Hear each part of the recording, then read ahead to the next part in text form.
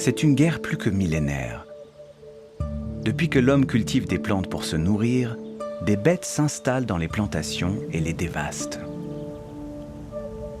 En ce début de printemps, ces dévoreurs de récoltes ne sont encore que des larves d'insectes, des œufs en dormance, des vers engourdis.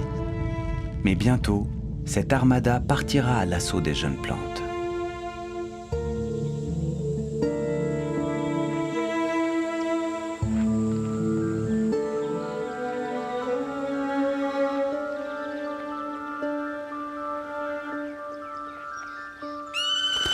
Avec les pesticides chimiques, l'homme a cru avoir gagné la partie contre ces ravageurs des cultures.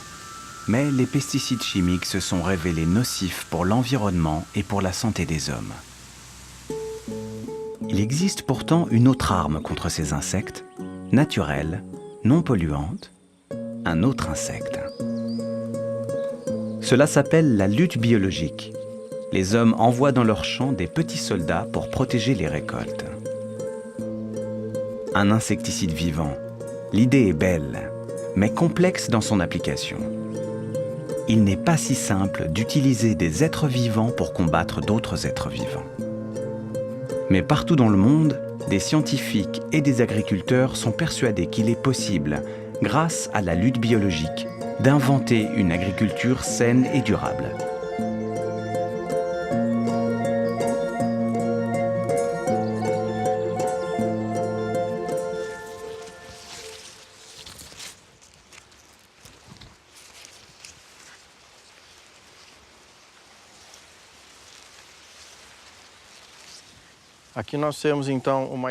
Ici, la plantation a l'âge approprié pour l'attaque des papillons. Le papillon pond ses œufs sur les feuilles de la canne à sucre. Et à partir de là, quand les chenilles éclosent, elles rentrent dans les tiges et commencent à se nourrir. Au Brésil, les plantations de canne à sucre subissent les attaques incessantes d'un papillon, la pyrale de la canne à sucre, dont la chenille peut faire de gros dégâts.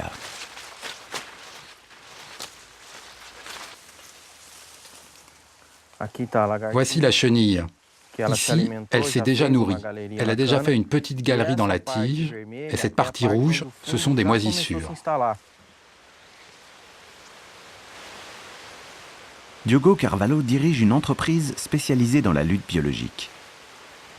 Dans ce pays champion de l'emploi de pesticides chimiques, son travail et sa passion sont de promouvoir des méthodes biologiques de protection des cultures. Ici, ce sont des œufs de la pyrale de la canne à sucre qui ont déjà été traités. Je sais qu'ils ont été détruits car ils sont noirs. Maintenant, je vais vous montrer comment on fait le traitement. Voilà. C'est la carte de libération. Les guêpes sortent d'ici et vont pondre leurs œufs à l'intérieur des œufs de la pyrale.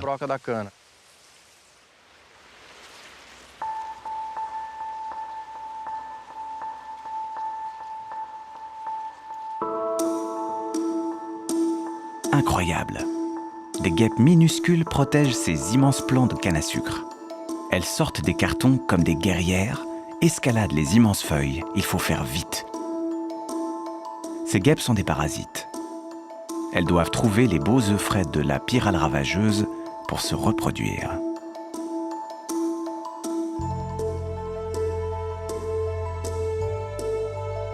La danse de mort commence. Un œuf après l'autre, elles pondent leurs œufs et tuent les embryons du papillon.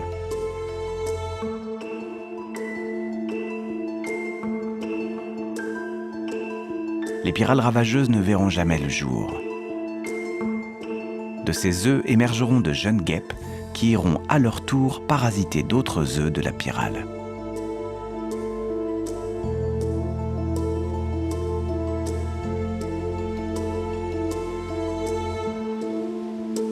La lutte biologique est un outil puissant de protection des cultures, et elle l'a déjà prouvé dans le passé. Hans Herren a consacré sa vie à la défense d'une agriculture écologique. Il a été l'initiateur dans les années 80 d'un des plus gros programmes de lutte biologique au monde. Une belle histoire où ce scientifique et des millions d'insectes ont volé au secours des hommes. À l'époque, Hans Herren, jeune entomologiste, est en poste au Nigeria. Les cultures de manioc sont dévastées par une cochenille inconnue qui se propage rapidement dans toute l'Afrique de l'Ouest. La situation alimentaire se détériore très vite. La question c'était, qu'est-ce que ce nouveau ravageur?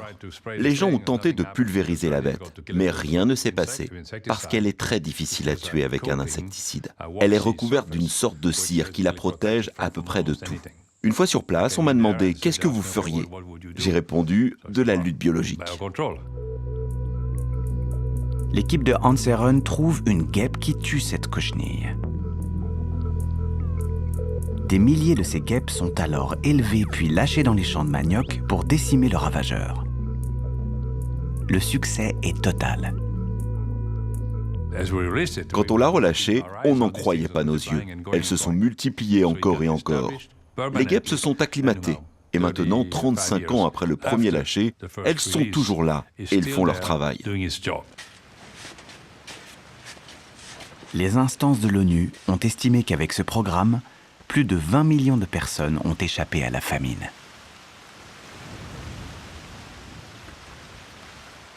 Nous savons en fait que le contrôle biologique est une des meilleures façons de lutter contre les insectes ravageurs.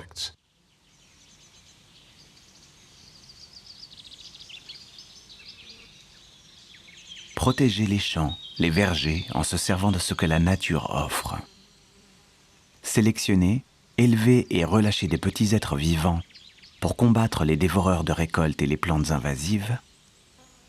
Ne pas polluer la terre, ni l'air, ni l'eau en ajoutant des produits de synthèse chimique. La lutte biologique porte en elle une forme d'harmonie entre l'homme et la terre qui le nourrit.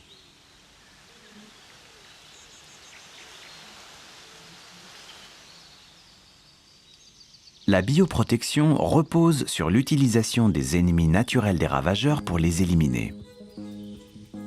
L'homme détourne à son profit des antagonismes, des rivalités qui existent déjà dans la nature. Et au cours de la Révolution, les êtres vivants ont inventé bien des façons de se tuer. La lutte biologique utilise des insectes prédateurs. Je suis une coccinelle auxiliaire, alliée des hommes. On me lâche dans les vignes et je mange mon insecte préféré, la cochenille farineuse qui suce la sève des feuilles.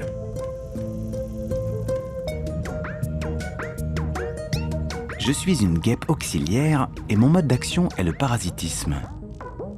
Je ponds mes œufs dans le corps de mon ennemi et mes petits se développent tranquillement en le tuant à petit feu.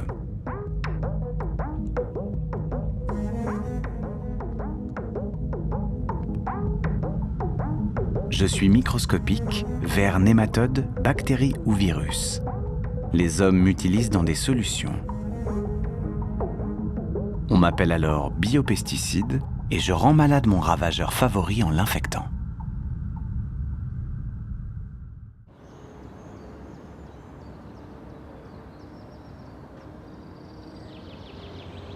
À Biotope, entreprise spécialisée en lutte biologique, des recherches sont en cours pour trouver un nouvel auxiliaire qui voudra bien attaquer un papillon ravageur de la vigne.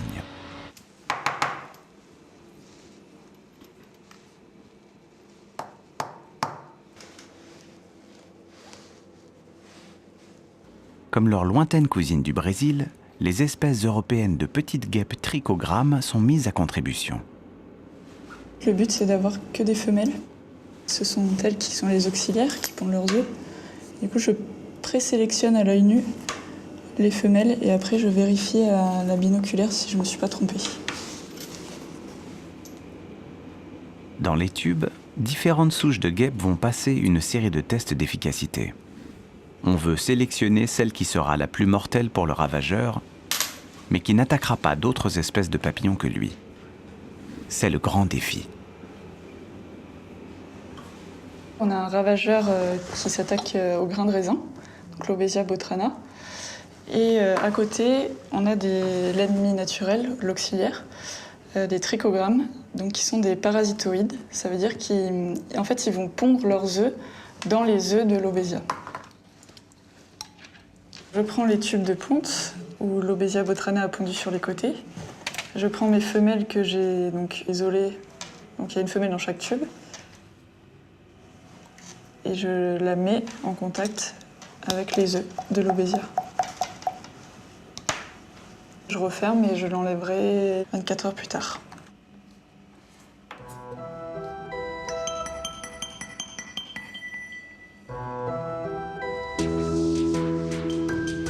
Alors, pondra quelques œufs, beaucoup, ou ne pondra pas du tout?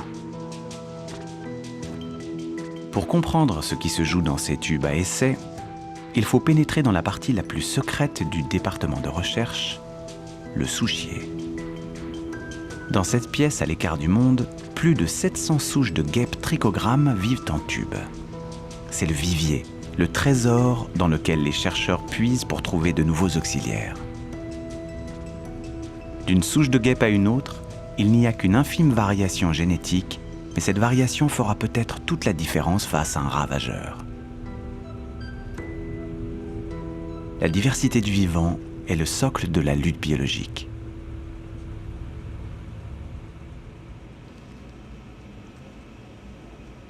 « 24 heures plus tard, il faut compter le nombre d'œufs parasités dans chaque tube par les femelles des différentes souches. Bien. 53 et toi? 35. Ah. Je me battu. Il arrive que parfois on ne trouve pas l'insecte idéal pour un ravageur donné. Mais le réservoir est immense. Des milliers d'ennemis naturels qui feraient d'excellents auxiliaires restent encore à découvrir.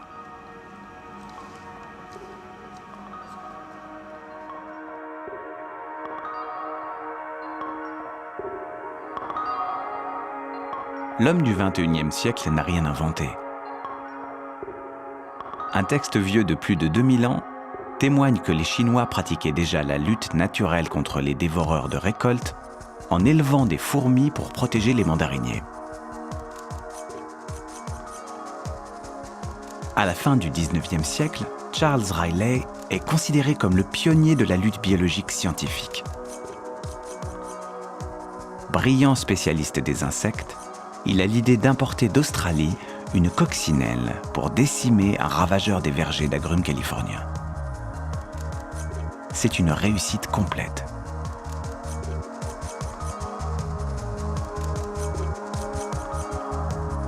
L'utilisation d'insectes bénéfiques en agriculture se répand dans le monde. C'est l'âge d'or de la lutte biologique. Et puis tout s'arrête.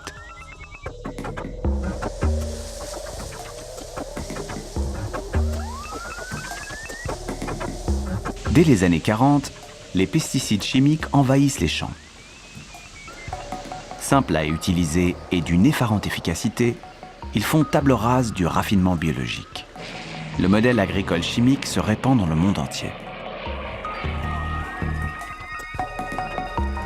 Ce n'est que dans les années 60 que les recherches en lutte biologique reprennent progressivement.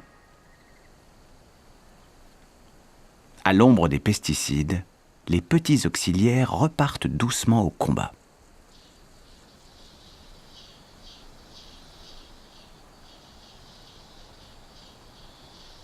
Ça a pris un certain nombre d'années, mais maintenant, une grande majorité des serres en France utilisent les insectes comme un des moyens de contrôle des ravageurs sur leur culture. En tomates, par exemple, et aussi sur les cultures florales, de plus en plus. On a plusieurs dizaines d'espèces qui sont utilisées en France. Ceux qui sont utilisés sur les plus grandes surfaces sont les trichogrammes, puisque c'est utilisé en plein champ. Et par exemple, le trichogramme qu'on utilise sur le maïs, on l'utilise sur près de 120 000 hectares en France.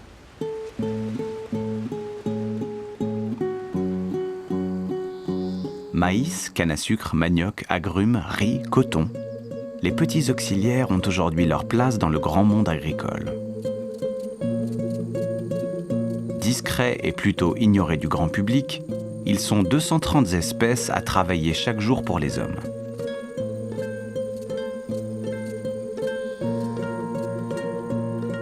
Je suis une larve de chrysope. Personne ne me connaît et j'aime planter mes mandibules dans la chair tendre des cochenilles.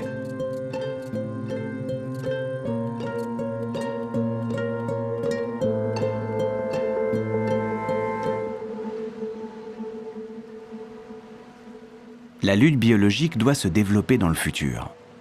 La lutte chimique, confrontée à des ravageurs qui résistent de plus en plus à ces produits, semble à bout de souffle. Mais pire, avec l'augmentation de la population mondiale, l'extension des terres cultivées fabrique de nouveaux prédateurs de récolte. Les hommes défrichent des espaces naturels et des insectes qui se nourrissaient de plantes sauvages s'installent dans les plantes cultivées et y prolifèrent. Les scientifiques essaient de comprendre ces mécanismes d'adaptation. Car n'en déplaise aux hommes, on ne naît pas ravageur, on le devient. En ce moment, on est dans une période où beaucoup de peuplements végétaux sauvages sont remplacés par des cultures. Et donc, que deviennent les insectes qui sont initialement sur peuplement sauvage? Quelle est la menace pour les cultures? L'équipe de Laure Kayser-Arnaud cherche à savoir s'il existe chez certaines populations d'insectes sauvages des prédispositions génétiques à devenir ravageurs. Sous la loupe des scientifiques, un petit papillon d'origine africaine, la sésamie du maïs. Sa chenille attaque des plantes céréalières, le sorgho en Afrique, le maïs en France. Comme la pyrale de la canne à sucre, c'est une chenille foreuse qui s'installe dans la tige. Vous voyez ici un trou de pénétration. Et voilà. Là, on voit très nettement que la chenille a mangé tout l'intérieur de la tige. On n'a plus que des déjections. La sésamie du maïs, elle nous intéresse par rapport aux mécanismes qui font qu'un insecte passe ou non sur plante cultivée. Parce qu'en effet, en Afrique de l'Est, on trouve des populations de sésamies qui restent sur leurs plantes sauvages, même s'il y a des cultures de maïs à proximité. Alors que dans les pays méditerranéens, on a des grosses populations de sésamies sur le maïs et sur le sorgho. Sésamie française ou kenyane, c'est la même espèce. Mais la chenille française s'est adaptée au maïs cultivé, alors que l'africaine a gardé son alimentation d'origine, le maïs sauvage. L'équipe observe le comportement alimentaire des deux populations de sésamies. Parallèlement, les scientifiques décryptent petit à petit les variations génétiques qui prédisposent un insecte à devenir ravageur. Ils ont identifié un gène appelé foraging, de l'anglais recherche de nourriture, qui serait fortement impliqué dans cette évolution.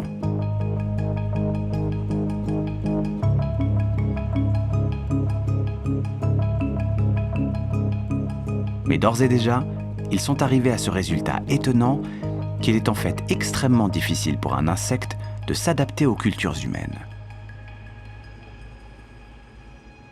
Il y a peu d'espèces finalement qui se développent dans les cultures.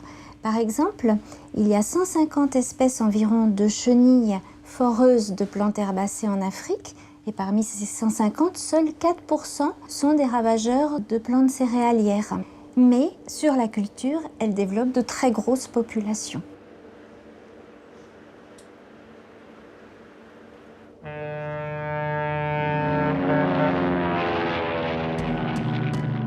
Des espèces sauvages qui deviennent ravageuses, des ravageurs qui deviennent résistants, et pour couronner le tout, un invraisemblable chassé-croisé d'espèces vivantes transportées au gré d'une économie mondiale en surchauffe. Chaque année, une trentaine d'espèces exotiques, introduites fortuitement en Europe, réussissent à s'installer durablement. On estime que 1 à 3 de ces espèces animales et végétales menaceront à terme les cultures et la biodiversité.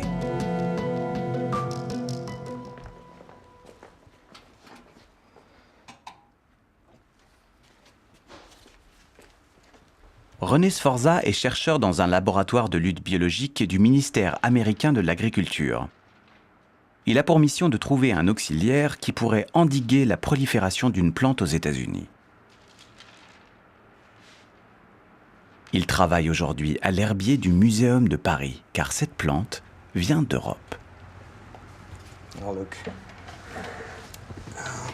We have new specimens here. What do we have here? It's a specimen from Lot, Central France. And let's see. Okay. This is Where is it? from 1873, so it's quite old. Well, smaller specimen. Dans la valse mondiale des espèces, on est toujours l'exotique de quelqu'un. L'Europe est envahie, mais certaines espèces européennes provoquent des ravages dans d'autres parties du monde.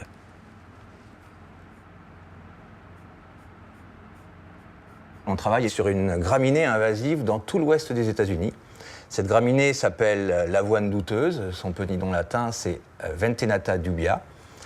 Lorsqu'elle est arrivée aux États-Unis, elle ne posait pas de problème, au milieu des années 1950-1960. Et puis, c'est un petit peu plus tard que cette espèce, qui est devenue invasive, a proliféré. L'avoine douteuse couvre à présent plusieurs millions d'hectares de prairies américaines. Elle est un fléau pour les éleveurs de bétail, car elle est toxique pour les vaches. Mon travail, ça va être d'aller dans l'aire d'origine et puis de faire un catalogue de ces ennemis naturels, qui peuvent être des insectes, des acariens ou des agents pathogènes, des champignons, des virus, des bactéries.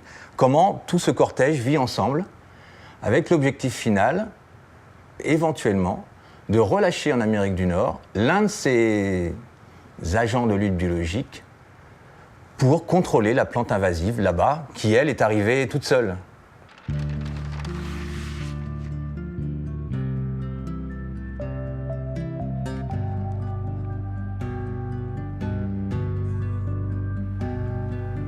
René Sforza et Dorothy Maguire pratiquent la lutte biologique par acclimatation. Un travail d'orfèvre où l'auxiliaire introduit devra survivre dans son nouveau milieu, décimer l'espèce indésirable, sans perturber la faune et la flore locale.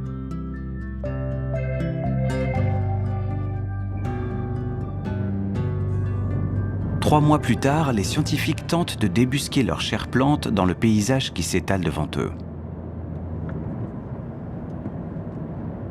Ironie du sort, l'avoine douteuse qui envahit les prairies américaines est très rare et en voie d'extinction en Europe. Un botaniste allemand les accompagne qui connaît les bons coins. This is a place where we might find Ventenata. Right here? Yeah, it's right here. That's the first site. It used to be a very good site for Ventenata, but this year with all the straw, I don't know if we really find it, but well, let's see.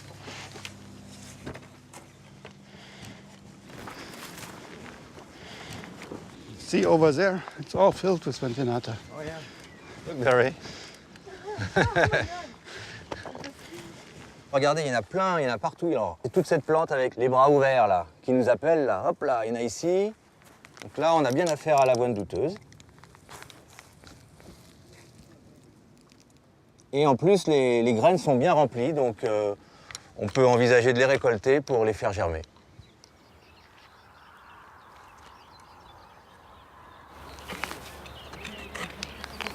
Je ramasse la terre qui est autour des racines parce qu'on veut connaître les conditions dans lesquelles Ventenata aime pousser.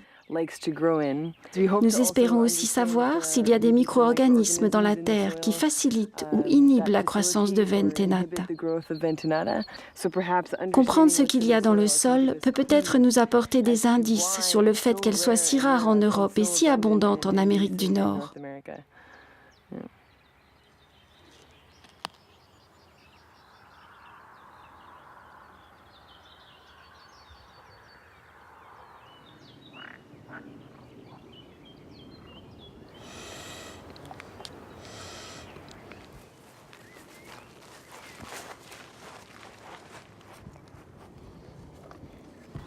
Alors, est-ce qu'il y a un candidat pour contrôler l'avoine douteuse? Là, il n'y a rien qui attire l'œil. Après, c'est comme un entonnoir, on récolte beaucoup au début, et puis au final, on va en garder 1, 2, 3 espèces. La population de plantes n'est pas très importante ici, donc forcément, la population d'ennemis naturels potentiels est peu importante également. Donc voilà, on est au début, on est optimiste, il faut garder cet optimisme jusqu'au bout. Dans quelques années, un insecte ou un champignon d'origine européenne sera peut-être introduit aux États-Unis pour contrôler l'avoine douteuse. Et les vaches américaines retrouveront leur bon fourrage d'antan. En attendant, le travail continue.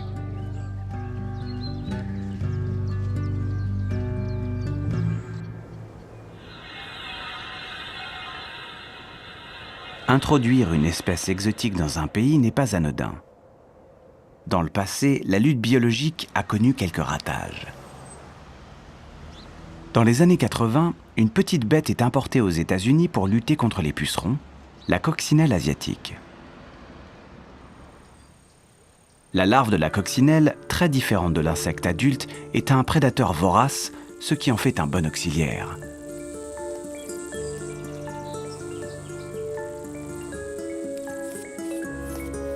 Mais très vite, rien ne va plus. La coccinelle asiatique a un régime alimentaire plus varié que prévu. Elle attaque et mange les coccinelles autochtones dont elle est bientôt accusée de prendre la place. La vérité est que certains auxiliaires prédateurs ne sont pas aussi spécifiques que les scientifiques ont bien voulu le dire. Et c'est un accroc dans la belle étoffe biologique. Coccinelle asiatique, Harmonia iris, ça doit être ça, voilà.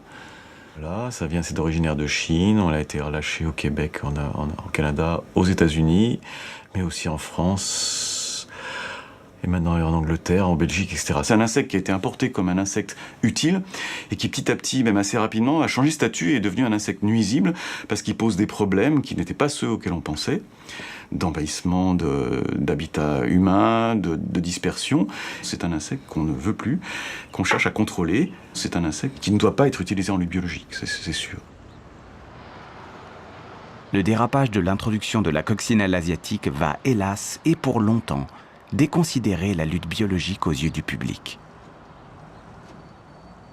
À propos de la lutte biologique se pose toujours la grande question.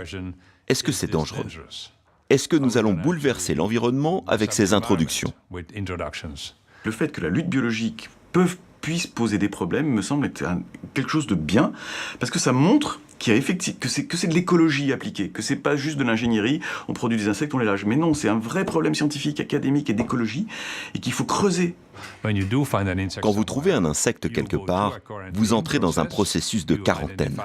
Vous l'identifiez de manière sûre. Vous vérifiez ce qu'il mange, comment il se reproduit, ce qu'il aime et n'aime pas. Donc vous faites toute cette recherche. Et si vous la faites bien, vous minimisez les risques que quelque chose se passe mal.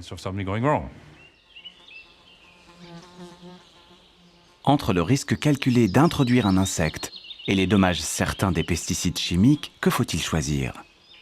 Sur 120 années de données scientifiques, 99% des programmes en lutte biologique ont été au mieux efficaces, au pire, n'ont créé aucun dommage à la biodiversité.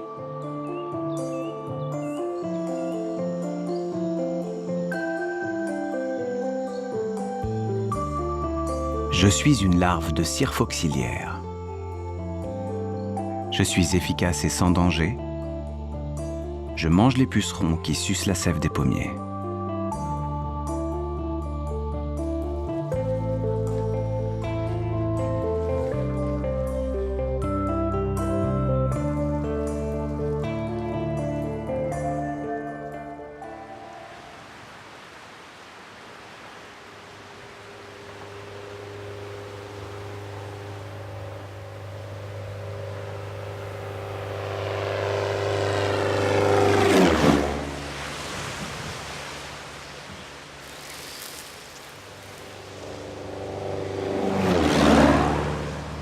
Un avion déverse des insecticides ?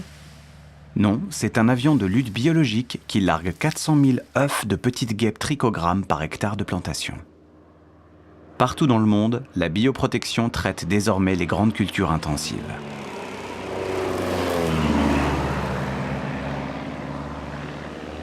Au Brésil, environ 4 millions d'hectares de canne à sucre bénéficient de l'action des bonnes fées parasitoïdes. Les guêpes n'ont pas été introduites, elles sont natives du pays et on augmente leur nombre quand les ravageurs attaquent.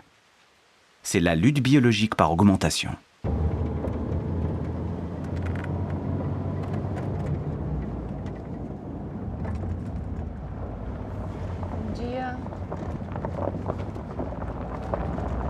Cheryl Ivia-Hauf est responsable des cultures dans une exploitation de 7000 hectares de canne à sucre. Les plants servent à fabriquer du sucre et surtout de l'éthanol, le carburant routier.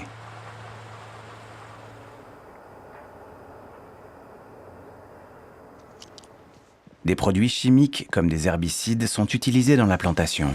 Mais les guêpes parasitoïdes sont le traitement prioritaire contre la chenille de la pyrale de la canne à sucre. Pour moi, le contrôle biologique est un moyen durable de cohabitation entre les ravageurs, la plantation et les parasitoïdes.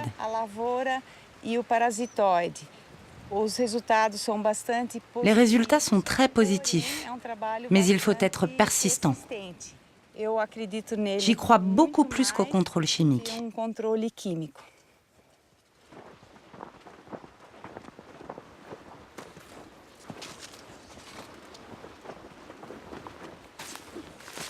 La lutte biologique demande une attention particulière. Il faut en permanence surveiller le nombre de papillons ravageurs présents dans la plantation.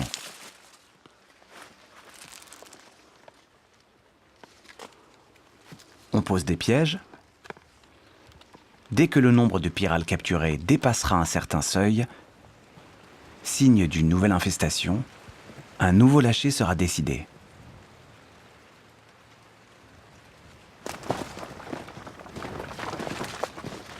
Les lâchers ont lieu 3 ou 4 fois par an et peuvent aussi se faire à pied. Les ouvriers déposent les cartes remplies d'œufs de guêpes.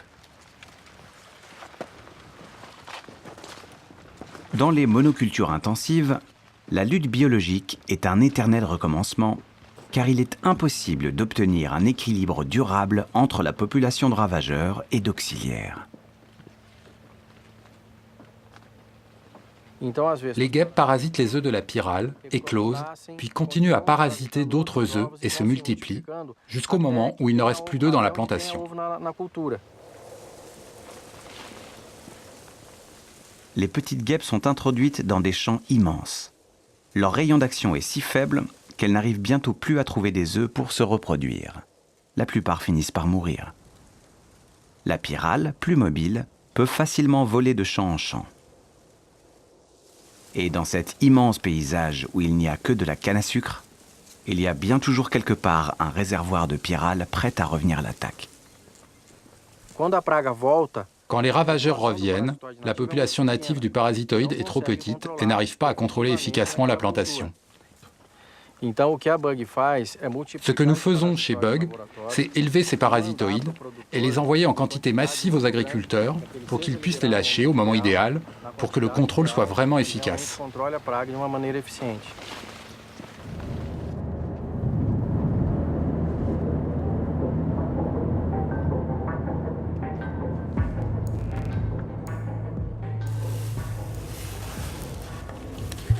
Voici les œufs qui seront dispersés dans les champs.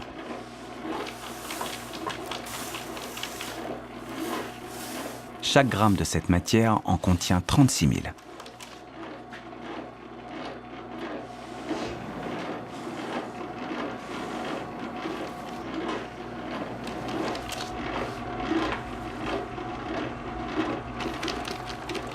La production en série de ces guêpes prêtes à l'emploi repose sur un habile subterfuge. Normalement, Trichogramma gallois a besoin pour se reproduire de parasiter l'œuf de la pyrale de la canne à sucre. Mais les hommes ont trouvé un moyen de la tromper. Ils lui présentent des œufs d'un autre papillon ravageur, la très ordinaire mythe de la farine, Anagaster cugnella, très facile à élever. Et le subterfuge fonctionne.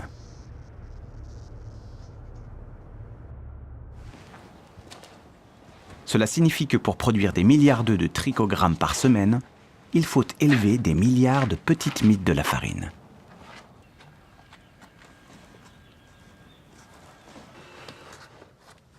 Le plus grand défi du laboratoire est précisément d'élever en grande quantité Anagaster cugnella. Dans ces boîtes, nous élevons les chenilles qui se transformeront en papillons, mites de la farine. Dans une boîte comme celle-ci, il y a à peu près 6 000 chenilles adultes. Nous produisons 10 000 boîtes par semaine.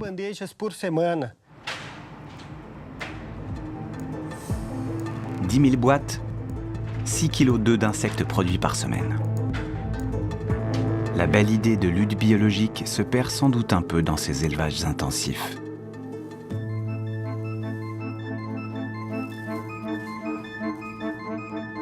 Mais lâcher des guêpes est de loin préférable aux insecticides chimiques. Avec les petits parasitoïdes, la bioprotection des cultures atteint un niveau d'efficacité sans précédent.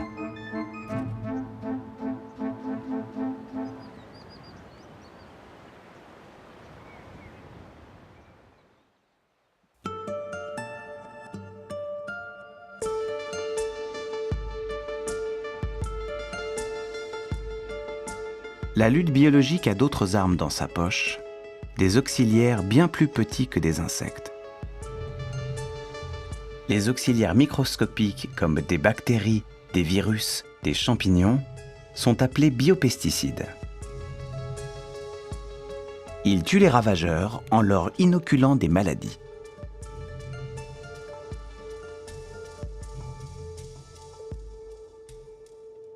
Dans ce domaine de l'infiniment petit, la lutte biologique future se dessine.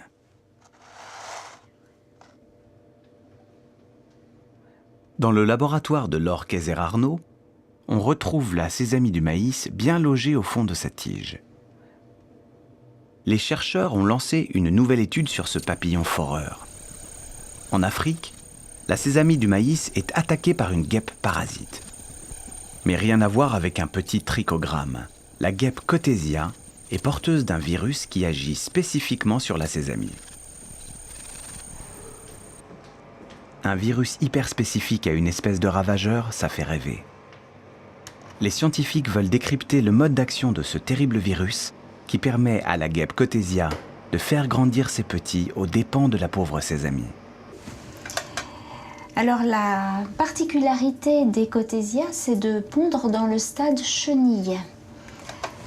Donc, je vais placer la femelle parasite à proximité de la chenille de sésamie. Grâce à son dard qui est modifié en organe de ponte, elle va pouvoir injecter ses œufs à l'intérieur de la chenille. Voilà, elle pond. La chenille essaye de s'en débarrasser avec ses mandibules, mais c'est trop tard.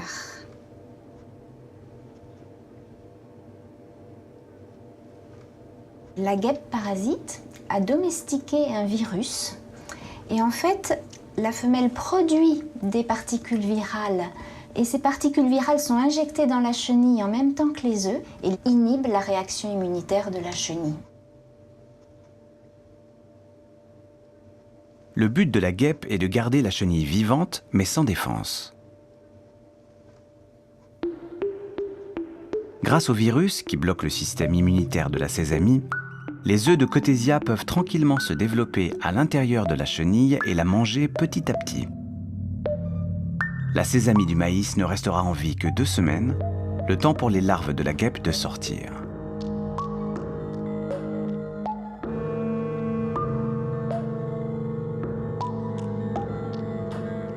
Aux hommes maintenant de décrypter l'incroyable raffinement de ce comportement parasite de Cotesia. Pour inventer la lutte biologique du futur, il faudra copier et même dépasser l'ingéniosité destructrice des bêtes.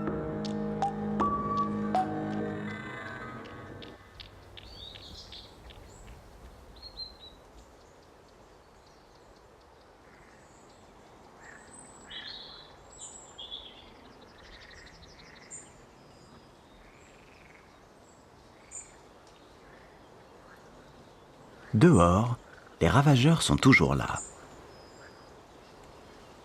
Pendant que les hommes soignent leurs attaques contre eux, ils évoluent, s'adaptent et peaufinent leur défense. Il était une fois un papillon appelé Carpocaps. Au début de l'été, sa chenille s'enfonce dans la chair des toutes jeunes pommes.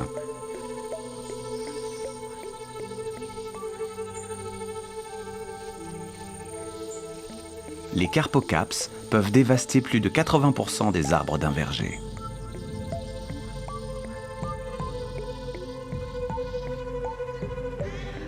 Les hommes ont trouvé un biopesticide très efficace pour lutter contre ce ravageur. Mais à force de l'utiliser à outrance, il arrive ce qui devait arriver. Les carpocaps sont devenus résistants. On dirait bien que la lutte biologique se retrouve confrontée au même problème que la lutte chimique.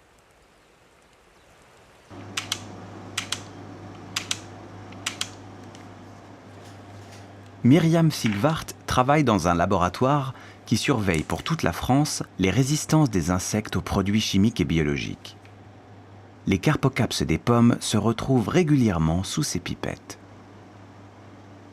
Là, je suis en train de nourrir des larves de carpocaps des pommes avec du virus de la granulose.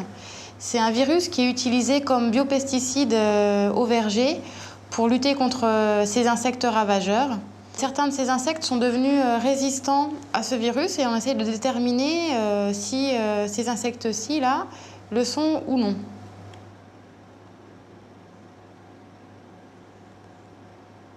Une fois que le virus est bu par les larves, il va venir infecter le tube digestif de la larve et provoquer la maladie chez l'insecte. On va les laisser incuber pendant 5 jours et suivre l'évolution des symptômes.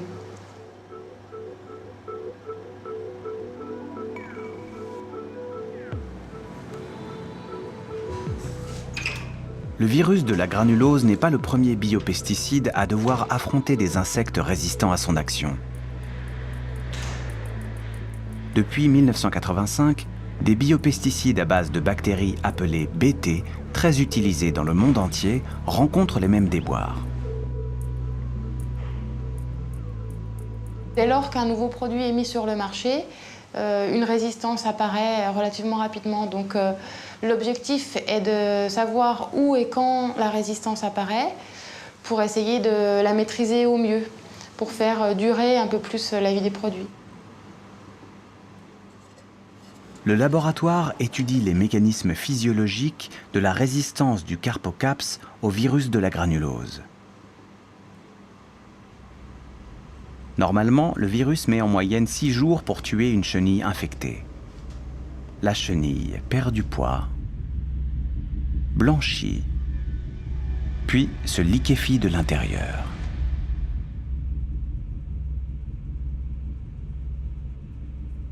Chez les insectes résistants, la phase précoce de l'infection a lieu, c'est-à-dire que le virus arrive bien à pénétrer dans les cellules de l'intestin, mais il n'arrive pas à se répliquer.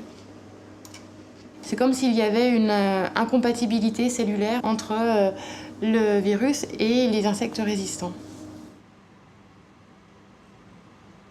Les scientifiques n'ont pas encore élucidé les mécanismes cellulaires qui permettent à la chenille du papillon carpocaps de bloquer la réplication du virus. Mais ils savent qu'ils font face à une nouvelle forme de résistance particulièrement puissante. Les insectes sont champions dans l'art de la survie.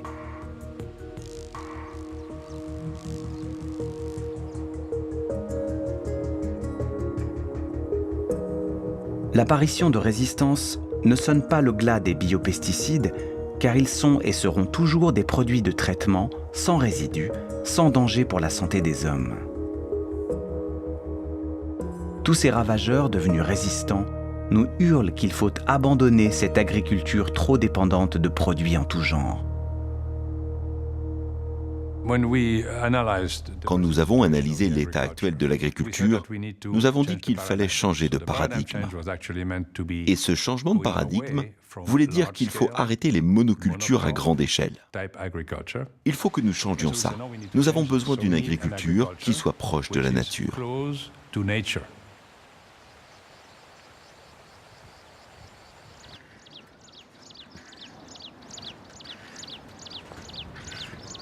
En Inde, devant les problèmes posés par l'utilisation massive des pesticides, plusieurs États ont changé de cap et se sont engagés dans la bioprotection des cultures.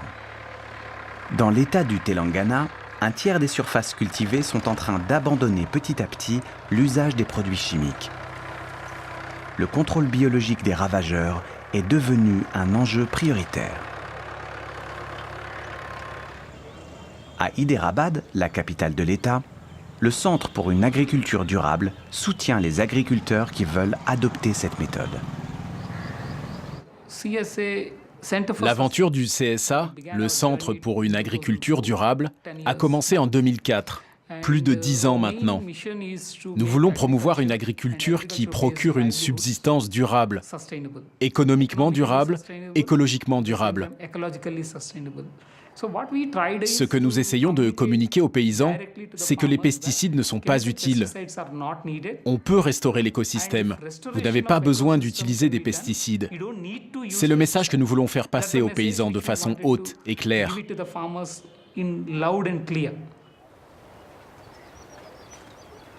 En Inde, une nouvelle forme de lutte biologique voit le jour, la lutte par conservation.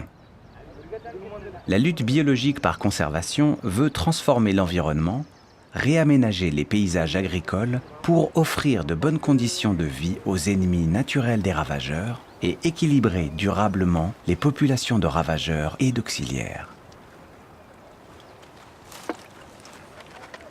On ne relâche plus rien, aucun auxiliaire, aucune coccinelle ou guêpe, ni par centaines, ni par milliards. Les auxiliaires vivent là toute l'année, tranquilles, dans les champs. Chandra Sekhar et Yadava Reddy, du Centre d'agriculture durable, suivent de près la vie des bêtes dans les plantes cultivées. Pour le plus grand bien de l'exploitant, ça fourmille de partout. Hey, here it is. What up the egg mass is there? It's newly hatched. Yes. See the young larvae.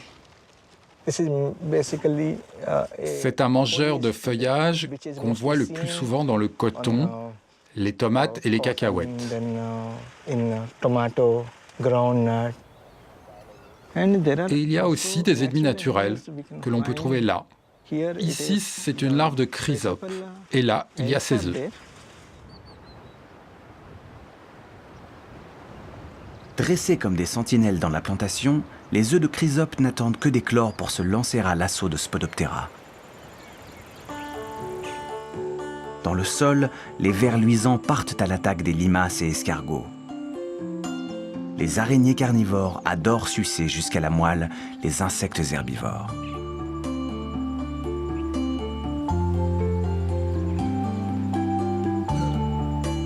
Les champs font partie de ce que l'on appelle un agrosystème qui combine différentes cultures avec des haies, des bosquets, des prairies réservées à des végétaux sauvages, un réservoir d'espèces vivantes, animales et végétales qui lui procure protection et robustesse. I think fruit fly is there. Seems all the tender fruits are becoming dry. Les méthodes de lutte par conservation ne sont pas miraculeuses. L'équilibre des plantations est fragile et l'agriculteur doit rester très vigilant. L'unique moyen de renforcer ce mode d'agriculture est de faire progresser les connaissances. Vous devez apporter un savoir nouveau. Et ce savoir nouveau est une synthèse entre le savoir ancien et la compréhension contemporaine des écosystèmes. En fait, on peut dire que l'agriculture écologique est une technologie postmoderne.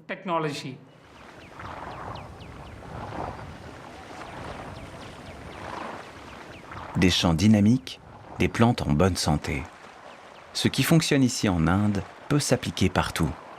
Plus de 75% des exploitations agricoles dans le monde ressemblent aux exploitations indiennes, familiales et à petite surface.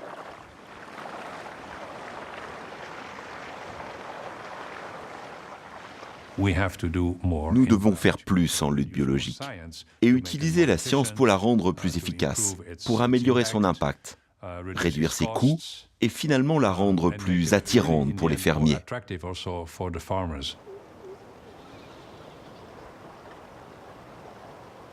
Lutte par acclimatation, par augmentation, par conservation, les différentes formes de lutte biologique peuvent profondément redessiner, transformer le monde agricole. Et dans ce monde agricole renouvelé, les produits chimiques ne seraient alors utilisés qu'en toute dernière intention. Il y a une pression de plus en plus de différents groupes d'influence, y compris le grand public, pour qu'on choisisse de plus en plus des moyens de protection des cultures qui soient de plus en plus naturels. Et la lutte biologique, c'est la voie royale pour faire ça. Ça demande un changement de braquet, oui, et de vision, mais c'est à notre portée. C'est à notre portée, je parle au nom en tant que scientifique, mais c'est à notre portée en tant que société, que décision politique, quoi, je pense. C'est faisable, et ça vient.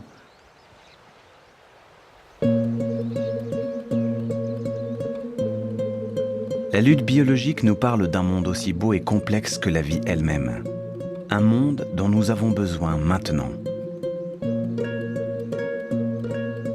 Pour l'instant, 5% seulement des terres agricoles dans le monde bénéficient d'une forme de bioprotection. Les petits auxiliaires nous montrent la voie. Qu'attendons-nous pour les suivre ?